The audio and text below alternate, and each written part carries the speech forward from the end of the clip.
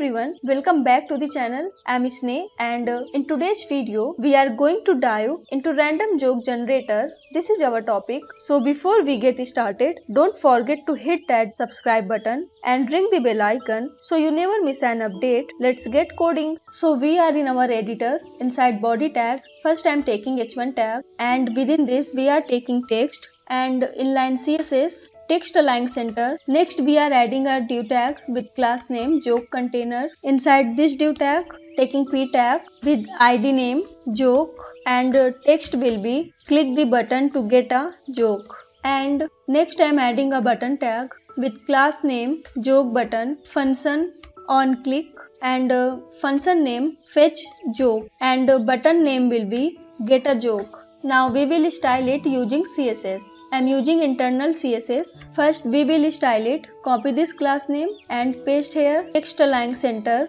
Margin from top 20 pixel. Font size 20 pixel. And after this, now copy this class name joke button and paste here. Padding 10 pixel from top and bottom, 20 pixel from left and right. Font size 16 pixel. Cursor pointer. Margin from top 20 pixel.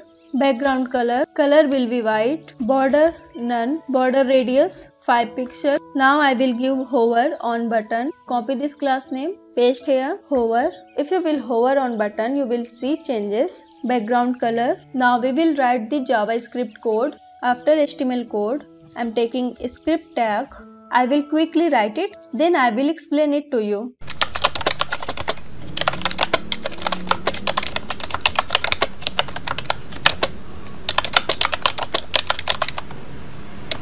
This keyword indicates that the function will perform not happening operations.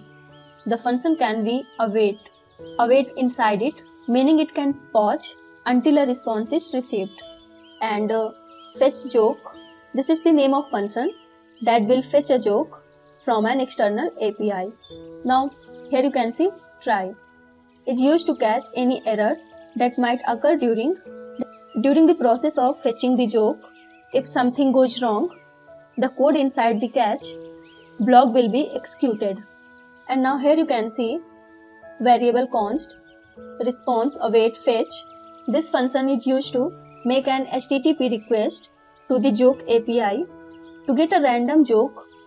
It fetches the data from the URL and await. This makes the JavaScript wait until the fetch call is complete before continuing the next line.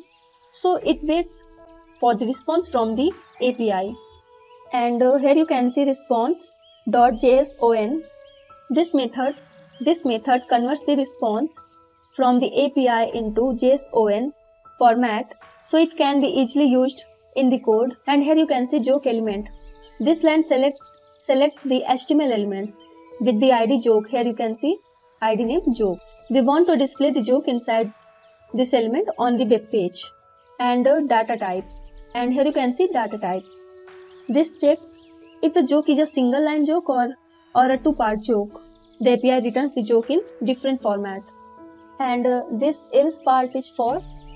This part handles the case where the joke is a two-part joke. And if the joke has two parts, this line combine them into one string and display it. And here you can see catch. The catch block will execute.